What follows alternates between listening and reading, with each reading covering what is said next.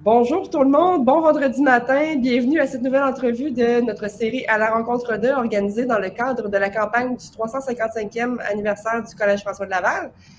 Notre série d'entrevues met en vedette des beaux humains qui ont un attachement particulier pour le collège. Et aujourd'hui, mon invité est un ancien de la promotion 1965, c'est également un ancien enseignant et un ancien directeur du Petit Séminaire de Québec et il a été mon directeur, donc ça va être un vouvoiement intense ce matin pour les spectateurs. Bonjour, Monsieur Deschênes, comment allez-vous? Bon. Bonjour Pascal, ça va très très bien, toi? Ça va bien, ça va bien. Vous avez l'air en forme. Je suis contente de voir que vous êtes en pleine santé et que vous êtes très actif. On a parlé un petit peu avant le début de l'entrevue, puis vous avez des belles choses en cours et on va en parler un petit peu plus tard.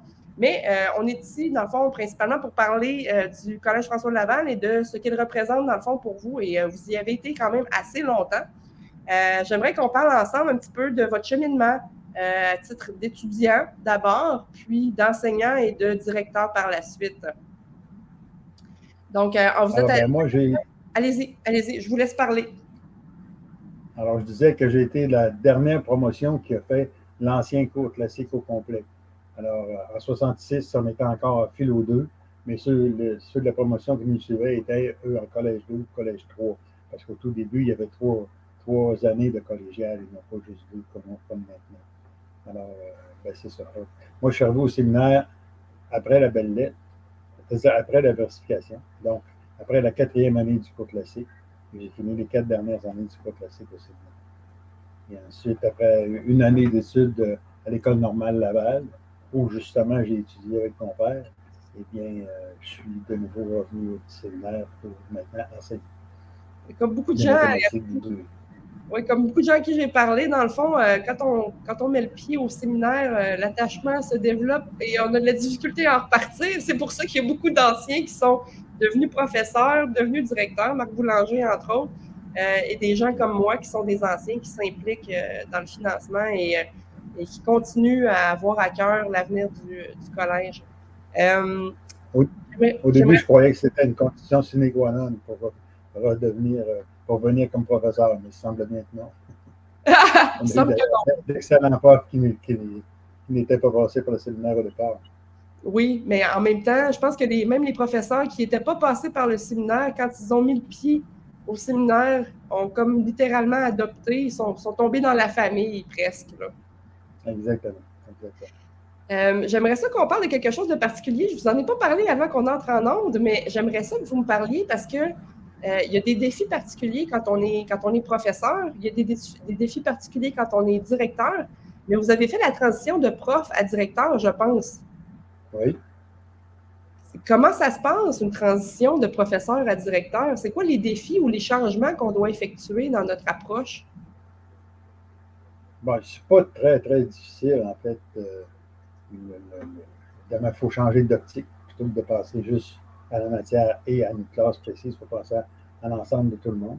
Et donc, il y a beaucoup de petites choses auxquelles je n'avais jamais passé comme professeur. Puis, ne serait-ce que, par exemple, les fenêtres, est-ce qu'elles sont toutes bien fermées partout?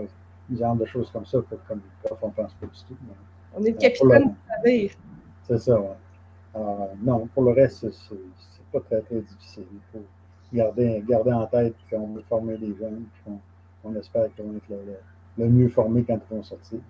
Puis, C'est la même chose que quand on est professeur, on les a 1 an. Quand on est directeur, on les a 5 années.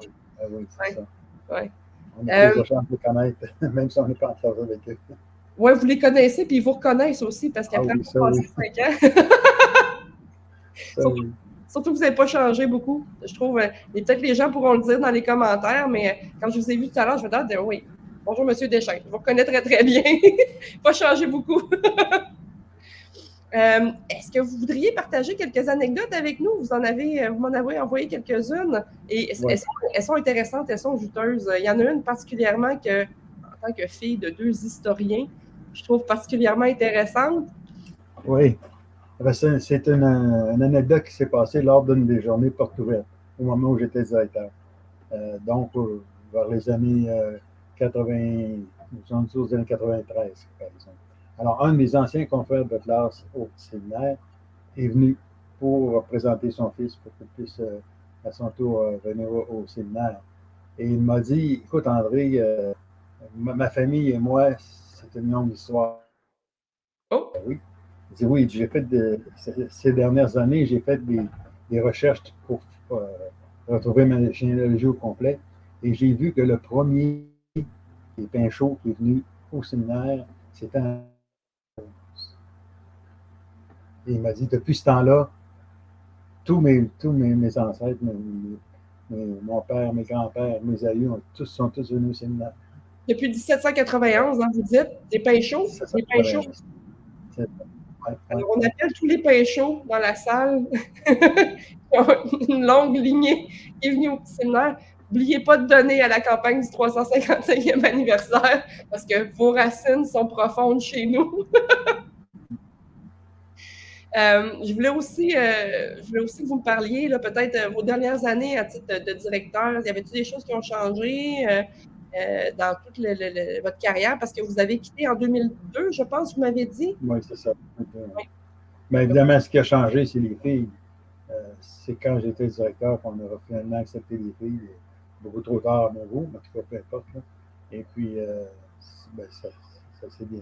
Contrairement à ce que beaucoup pensaient, ça s'est fait vraiment facilement et dans le bon ordre toujours. Il y a juste un petit peu les garçons qui avaient été habitués d'être toujours juste entre eux. Alors, il y en a certains d'entre eux qui sont venus dire, ben là, c'est plate, on a des filles. On est obligé d'être mieux, de se comporter mieux parce que les filles sont là. On se fait checker. Exactement. Par contre, les professeurs se sont rendus compte que la discipline était plus facile à faire aussi. Ah! C'est ça. Toujours avoir des femmes à quelque part. Très important. Esther en avait parlé aussi d'ailleurs que quand elle était enseignante, il y était quelques femmes enseignantes, pas tant que ça. Quand les filles sont arrivées, ça a eu un impact positif, en tout cas dans son côté. Là. Oui. C'est super. J'aimerais ça que vous me parliez aussi, vu que je vous vois aujourd'hui, c'est un choix tout à fait conscient de vous voyez. Vous avez des anecdotes concernant ça aussi? Oui. Bien, la première de toutes, ça se passe en 1968. C'est la deuxième année où j'enseignais au séminaire. Et cette année-là, j'ai eu une classe de première secondaire. Et à cette époque-là, la consigne pour les profs, c'était vous voyez les élèves. Peu importe c'est qui, vous voyez les élèves. Alors, en classe, il fallait que vous voyez les élèves. Et ça m'avait énormément surpris. La difficulté pour les élèves, ce n'était pas de nous vous voyez, c'était d'eux d'être vous voyez. Oh! Parce que jamais personne dans leur vie encore avait fait ça avec eux. Alors, ils se ramassent, même à tel point que certains ne comprenaient pas leur nom pratiquement. Si je disais M. Dubé, c'est pas sûr que Jean-Pierre, dans la classe, avait compris que c'était lui. C'est tout fait avec Jean-Pierre. Alors, donc, c'était vraiment leur attitude face à ça était, moi, je trouvais absolument incroyable. Et surtout, c'est que ça leur donnait beaucoup de l'estime d'eux-mêmes. De l'estime d'eux-mêmes, exactement. Oui. C'est comme être plongé dans l'âge adulte rapidement. Quand on se fait vous voyez le niveau de respect, figure d'autorité qui nous respecte en nous vous voyant et qu'on respecte en vous voyant. Mon père a gardé ça toute sa carrière. D'ailleurs, les anciens étudiants de mon père étaient traumatisés un peu parce qu'il a gardé ça jusqu'en 97, le vouvoiement. Oui. Ça fait une différence. Pour des adolescents qui se cherchent, je pense que ça peut faire une différence. Et tant qu'à parler de vouvoiement, j'ai une autre anecdote, cette fois-ci beaucoup plus tard, vers la fin de ma carrière, après que quand je suis retourné à l'enseignement, après avoir été directeur, je suis retourné à l'enseignement au collégial. Et je me rappelle que le premier cours que j'avais plusieurs des étudiants, évidemment, qui étaient des étudiants que j'avais eus quand on était au secondaire, mais j'avais aussi d'autres étudiants. Et à un moment donné, un des étudiants qui était pas du séminaire lève la main et il pose une question, mais il la pose en me tutoyant et en m'appelant par mon prénom. Évidemment, j'ai répondu quand même, puis on a passé à autre chose. Mais quand je suis sorti de classe, 2 ou 3 des jeunes filles qui avaient été au séminaire m'ont dit, quand on l'a entendu, on pensait que le ciel ne coûtait pas nous tomber sur la tête. C'était pas possible. Ils ne s'attendaient pas à ça. Non, ils ne s'attendaient pas à ça. Ils ne s'attendaient pas à ce que ça passe. Oui, ils s'attendaient à ce que quelqu'un... Ah, Ils ne s'attendaient pas à ce que quelqu'un me voie, mais ça ne pouvait pas rester comme ça. Là. Alors, je leur ai dit, moi, c'est pas grave. Moi, je vais continuer à le voyer. Je suis persuadé que dans le temps, Nadir, lui aussi, va me voyer. Puis effectivement, c'est ce qui est arrivé. Il oui. n'a jamais tutoyé de nouveau, sans jamais que je le demande. Je n'ai jamais d'ailleurs demandé à un élève de me voyer. Non, c'est ça.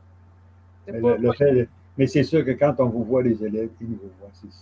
Exact. Mais il y a une relation différente qui s'établit quand on voit les gens. Effectivement. Mais les temps changent, hein, parce que rendu à l'université, moi, je vous voyais aussi mes professeurs, je vous voyais tout le monde, puis même rendu au cégep, là, il y a certains professeurs qui le prenaient mal. Demandez-moi pas pourquoi, mais bon, je pense que ça dépend des gens. Mais j'ai toujours, a priori, décidé dans ma vie de vous voyer les gens que je connais pas, peut-être parce que je suis la fille de mon père. C'est bien possible. Vous avez un événement qui s'en vient bientôt, puis s'il y a des anciens qui veulent y aller, je pense que ça serait une super occasion de voir des anciens et des anciens professeurs. Pouvez-vous nous en parler un petit peu? Oui, en fait, la Société historique Les Rivières, qui est une des sociétés historiques de la Ville de Québec, m'a permis de présenter une conférence sur Jean Holmes. Alors, ceux qui étaient au séminaire en 2008 ou ces années-là connaissent un peu Jean Holmes, les autres peut-être pas. Là. Mais Jean Holmes, c'est un professeur et directeur au séminaire de Québec dans les années 1840-1850. Et c'est lui, jusqu'à un certain point, qui a mis au point le cours classique tel que moi je l'ai eu, tel que la très, très, très grande majorité des gens du Québec ont eu avant. Parce que c'est à peu près le seul cours qu'il y avait. D'abord, c'était le seul cours qui conduisait à l'université, puis c'était un des très, très rares cours qu'il y avait, à part quelques cours d'art ou de mécanique, là, ou des choses comme ça. Alors, n'importe qui voulait avoir un moindrement d'éducation devait prendre ce cours classique-là. Et lui, ce cours-là avait été conçu par Jean Holmes. Et en plus, c'est que ce bonhomme-là a eu des péripéties dans sa vie un peu particulières, donc ce qui en fait un gars non seulement important, mais aussi extrêmement intéressant à écouter tout ça. C'est le fun qu'on sache ça. Et c'est très dommage, bien entendu, qu'aujourd'hui, on n'en parle pas, puis que même personne ne le connaît jusqu'à un certain point. Bien, écoutez, il y a un axe de la campagne de financement du Collège François de Laval qui s'appelle Innovation et technologie Jean Holmes. Donc, on a mis un axe de campagne nommé par son nom parce que l'objectif est effectivement de lever des fonds pour maintenir le séminaire à l'avant-garde de toute chose, un petit peu comme dans la philosophie de M. Holmes. Donc, votre conférence a lieu le 11 octobre prochain, je pense. C'est le 11 octobre, c'est ça. C'est au centre Fernand Dufour à Ville-Vanier. Enfin, c'est une ville, mais en tout cas à Vanier. C'est l'ancienne église de Vanier, celle qui ressemblait un peu à un navire. C'est à cet endroit-là. C'est à 7h30. À quelle heure? C'est en soirée? 7h30, c'est ça. C'est à 7h30 en soirée. Ça coûte 5 $ pour les personnes qui ne sont pas membres de la société. Pas grand-chose. Pas grand-chose. Je pense quand même des choses intéressantes.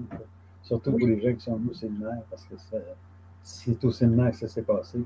Parce qu'il a été aussi un des fondateurs de l'Université Laval. Hein? Et voilà. Un bonhomme très particulier. Super. Donc, le 11 octobre prochain, au Centre Fernand Dufour à Vanier, à 7h30, 5 $ pour rentrer, pas grand-chose.